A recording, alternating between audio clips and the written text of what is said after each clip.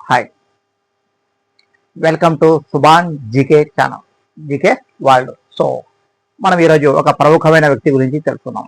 ఎవరైనా అంటే Charles Philip Brown. సింపుల్గా ఏమంటామంటే సిపి బ్రౌన్ అంటాం. సిపి బ్రౌన్ అంటే మనకు తెలుస్తుంది.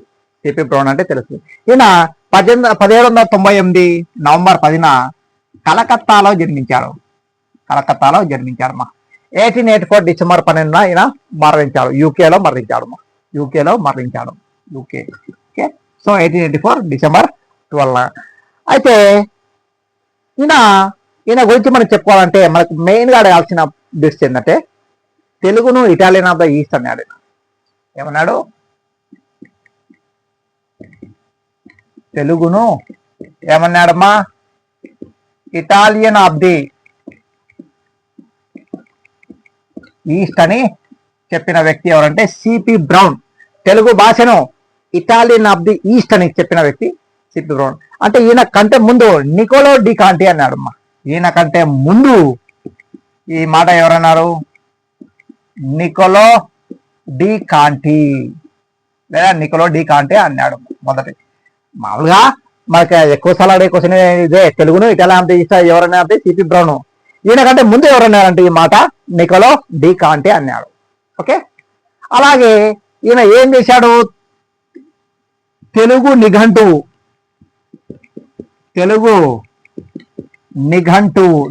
అంటే డిక్షనరీని తయారు చేశాడమ్మా. ఈ prepared Telugu dictionary. CP Brown prepared Telugu dictionary, Telugu నిఘంటును తయారు చేశాడమ్మా. ఆయన వెరీ వెరీ ఇంపార్టెంట్. ఎక్కువ సార్లు అడిగే క్వశ్చన్ ఇది. తెలుగు నిఘంటును ఎవరా తయారు చేశాడంటే చార్లెస్ ఫిలిప్ బ్రౌన్. ఓకే. ఈయన 1817లో ఈస్ట్ ఇండియా కంపెనీలో చేరాడు. ఈస్ట్ ఇండియా కంపెనీలో ఉద్యోగంలో చేరాడు. ఆగస్టులో చేరాడు ఈయన. ఈస్ట్ ఇండియా కంపెనీలో ఆగస్టులో చేరాడు. 1870లో ఈస్ట్ ఇండియా కంపెనీలో చేరాడు. ఇక వేమన పద్యాలను ఏం చేశాడు ఈయన? తెలుగులోకి అనువాదం చేశాడు. సంస్కృతంలో ఉన్న వేమన పద్యాలను తెలుగులోకి అనువాదం చేశాడమ్మా.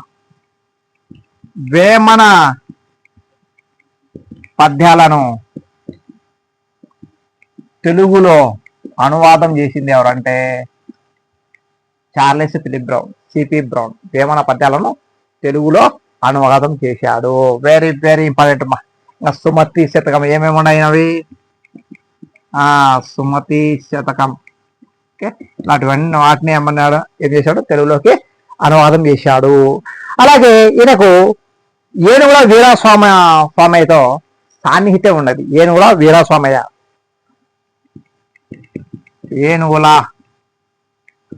వీరాస్వామయ్యతో సాన్నిహిత్యము ఉండేది. ఏది? చార్లెస్ ఫిలిప్ బ్రౌన్ కు. ఓకే. సో ఇక నెక్స్ట్ మనకు ఒక కరువు వచ్చింది మన ప్రాంతంలో, గుంటూరు ప్రాంతంలో ఒక కరువు. వెరీ వెరీ ఇంపార్టెంట్ కరువు. 1832-33లో కరువు వచ్చింది. అదే డొక్కల కరువు అంటారు. 1833లో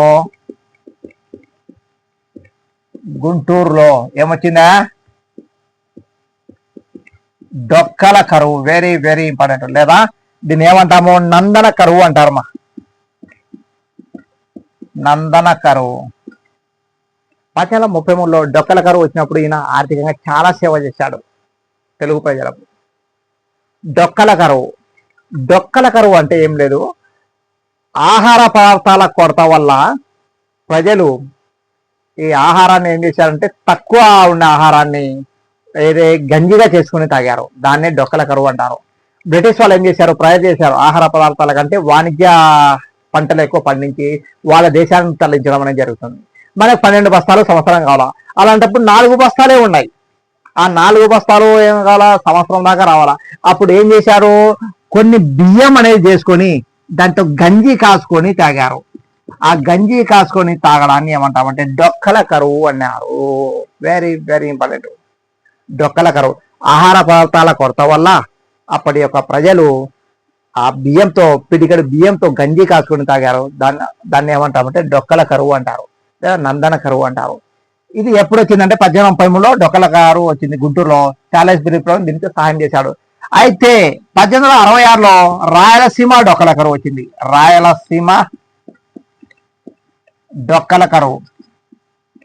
అయితే 1833 డొక్కల కరువు సమయంలో ఊయలవాడ నరసింహారెడ్డి గారు కూడా వాళ్ళు కూడా ఏది అక్కడక్కడ ఏంటి కేంద్రాలు పెట్టారు. ఏది గంజి కేంద్రాలు అనేది. ఇప్పుడు చలివేంద్రాల్లో పెట్టినట్టు అప్పట్లో గంజి కేంద్రాలు అనేది పెట్టేవాళ్ళు. సో వాళ్ళు కూడా చాలా హెల్ప్ చేశారు. సో 1833 గుంటూరు డొక్కల కరువు, 1866 రాయలసీమ డొక్కల కరువు అనేది వచ్చింది. ఓకే, సో చూసుకోండి ఒకసారి. ఇది మనకు ఏదిమ్మా. అయితే ఈయన 1834లో ఏమైందంటే తెలుగు భాషను డెవలప్ చేయడంలో ఆర్థిక ఇబ్బందులను ఎదుర్కొన్నాడు. ఆర్థిక ఇబ్బందులు ఎదుర్కొంటూ ఏం చేశాడు, ఉద్యోగం సరిగా చేయకపోవడంతో బ్రిటిష్ వాళ్ళు ఏం చేశారు, ఇతన్ని తీసేశారు, ఉద్యోగం నుండి బహిష్కరించారు. తన చివరి కాలంలో ఈయన అప్పుల బాధతో చాలా స్ట్రెస్ అయ్యారు. ఎవరు, సిపి బ్రౌన్.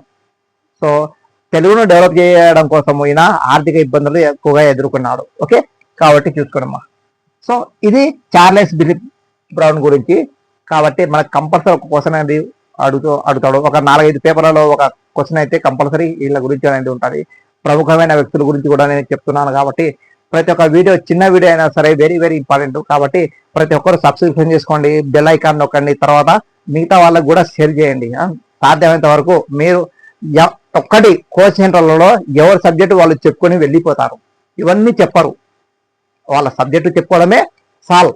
కానీ సుభాన్ జీకే వర్డ్లో మాత్రం ఎక్కువ స్కోరింగ్ చేయాల్సిన అవసరం నాకుంది. కాబట్టి ఈ స్కోరింగ్ సబ్జెక్టు కాబట్టి మీరు చిన్న వీడియో అయినా సరే ప్రతి ఒక్క వీడియో మీకు ఒక మార్కు తెచ్చిపెట్టే విధంగా చేస్తున్నాను. కాబట్టి ప్రతి ఒక్కరు ఉపయోగించుకోవాల్సిందిగా కోరుతున్నాం. Okay, thank you, all the best.